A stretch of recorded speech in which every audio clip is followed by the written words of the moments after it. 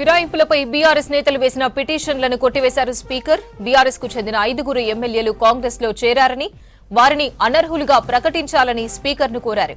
పిటిషన్లపై సుదీర్ఘంగా విచారణ జరిపారు స్పీకర్ గడ్డం ప్రసాద్. బీఆర్ఎస్ పిటిషన్లను కొట్టివేశారు. ఫిరాయింపులపై బీఆర్ఎస్ నేతలు వేసిన పిటిషన్లను కొట్టివేశారు స్పీకర్. బీఆర్ఎస్ కు చెందిన 5 ఎమ్మెల్యేలు కాంగ్రెస్ లో చేరారని, వారిని అనర్హులుగా ప్రకటించాలని స్పీకర్ ను కోరారు. పిటిషన్లపై సుదీర్ఘంగా విచారణ జరిపారు స్పీకర్ గడ్డం ప్రసాద్. బీఆర్ఎస్ పిటిషన్లను కొట్టివేశారు. మరిన్ని డీటెయిల్స్ షరీఫ్ లైవ్ లో అందిస్తారు.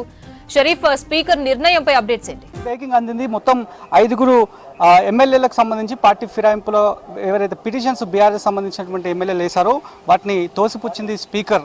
ఇప్పటికే దీనిపైన ఆరోపణలు చేస్తూ బీఆర్ఎస్ సంబంధించిన శాసనసభ్యులు కంప్లైంట్ చేయడం జరిగింది సభాపతికి. సో దఫాల వారీగా విచారణ చేసిన తర్వాత ఇవాళ తీర్పును వెల్లడించారు అసెంబ్లీ ట్రిబ్యునల్ సంబంధించి స్పీకర్ గడ్డం ప్రసాద్. కొద్దిసేపటి క్రితమే ఈ తీర్పును వెల్లడించడం జరిగింది. ఎక్కడ కూడా పార్టీ ఫిరాయించారని చెప్పి ఆధారాలు ఎక్కడ కూడా క్లియర్ కట్గా లేవనేటువంటి కామెంట్ని చేస్తూ తోసిపుచ్చారు ఆ పిటిషన్స్ అన్నింటిని కూడా.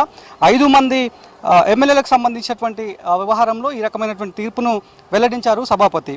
బల్లా కృష్ణమోహన్ రెడ్డి గద్వాల శాసనసభ్యులు, గుడెం మహిపాల్ రెడ్డి పటాన్చెరు, కాళయాదయ చేవెల, తెల వెంకట్రావు భద్రాచలం, ప్రకాష్ గౌడ్ రాజేంద్రనగర్, ఈ 5 సంబంధించినటువంటి ఎపిసోడ్లో తోసిపుచ్చింది. పిటిషన్స్ అన్నింటినీ కూడా డిస్మిస్ చేసింది. మరి కాసేపట్లోనే అఫీషియల్గా ప్రకటన వచ్చేటువంటి అవకాశం అయితే కనిపిస్తోంది. మరోవైపు విచారణ సందర్భంలో దాదాపు 3 దఫాలుగా విచారణ కొనసాగింది. ఒకసారి శాసనసభ్యులను నేరుగా స్పీకర్ విచారణ చేశారు. ఆయనే ట్రిబ్యునల్ చైర్మన్గా ఉన్నారు కాబట్టి విచారణ చేశారు. ఆ తర్వాత రెండు వైపులా కూడా అడ్వకేట్స్లను, ఆయా రెస్పాండెంట్ అడ్వకేట్స్ ఎవరైతే ఉన్నారో వాళ్ళతో కూడా గ్రూప్ ఆఫ్ పీపుల్తో విచారణ చేశారు. వాళ్ళకి సంబంధించి ఎవరైతే ఆరోపణలు పలానా ఎమ్మెల్యేల పైన చేశారో వాటికి సంబంధించి ఆధారాలు ఇవి ఉన్నాయని చెప్పి వాళ్ళ వైపు కొన్ని ఆధారాలను సమర్పించారు. వాటన్నిటినీ క్లియర్ కట్గా ఇప్పటి వరకు కూడా విచారణ చేసినటువంటి సభాపతి ఈ మేరకు నిర్ణయం తీసుకున్నారు. మరోవైపు ఎవరైతే ఆరోపణలు ఎదుర్కొంటున్నటువంటి ఎమ్మెల్యేలు ఎవరైతే ఉన్నారో వాళ్ళు చాలా క్లియర్గా చెప్పారు. కేవలం సీఎం హోదాలోనే కలిసాము, తాము శాసనసభ్యులుగా ఒక నియోజకవర్గానికి రిప్రజెంటేషన్ లాగా ఉన్నాం కాబట్టి అభివృద్ధి కోసం మాత్రమే మేము కలిసామనేటువంటి అంశాన్ని దేవన్ నుంచి కూడా ఎమ్మెల్యేలంతా కూడా చెప్తున్నారు. అదే అంశాన్ని కూడా చెప్తున్నారు. ఎక్కడ కూడా పార్టీ కండువ కప్పుకున్నట్టు కానీ, ఆ పార్టీకి సంబంధించినటువంటి యాక్టివిటీస్లో పార్టిసిపేట్ చేసినట్లు కానీ ఎక్కడ కూడా లేము, ఎక్కడ కూడా మేము వైలేట్ చేయలేము అనేటువంటి అంశాన్ని, పార్టీ ఫిరాయింపులకు మేము వాటి కిందికి పరిగణలోకి రాము అనేటువంటి అంశాన్ని ఆరోపణలు ఎదుర్కొన్నటువంటి ఎమ్మెల్యేలంతా కూడా చాలా స్పష్టంగా చెప్పారు. మరోవైపు ఇప్పటికీ కూడా తమ జీతభత్యాల నుంచి కొంత ఫండ్ అంతా కూడా బీఆర్ఎస్ ఎల్పీకే వెళ్తుంది అనేటువంటి అంశాన్ని కూడా చెప్పారు. మరోవైపు అసెంబ్లీ సెషన్స్లో కూడా మనం అబ్జర్వ్ చేసాం. ఎందుకంటే ఎక్కడైతే బీఆర్ఎస్ శాసనసభ్యులు కూర్చునేటువంటి పోడియంస్ ఏవైతే ఉన్నాయో, వాళ్ళ చైర్స్ ఏవైతే ఉన్నాయో వాళ్ళ బ్యాక్ సైడే వాళ్ళు కూడా కూర్చున్నారు. ఆ అంశాలను కూడా ఆయా ఎమ్మెల్యేలు విచారణ సందర్భంలో స్పీకర్ దృష్టికి తీసుకురావడం, ఆ తర్వాత వాళ్ళ తరఫు ఉన్నటువంటి అడ్వకేట్స్ అంతా కూడా అవే అంశాలను స్పీకర్ ట్రిబ్యునల్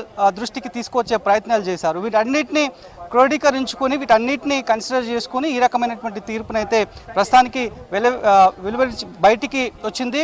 సో 5 సంబంధించినటువంటి అంశంపైన తీర్పు బయటికి వచ్చింది కాబట్టి ప్రస్తుతానికైతే కాంగ్రెస్ శ్రేణులంతా కూడా మొదటి నుంచి చెప్తున్నదే ఇప్పుడు జరిగింది.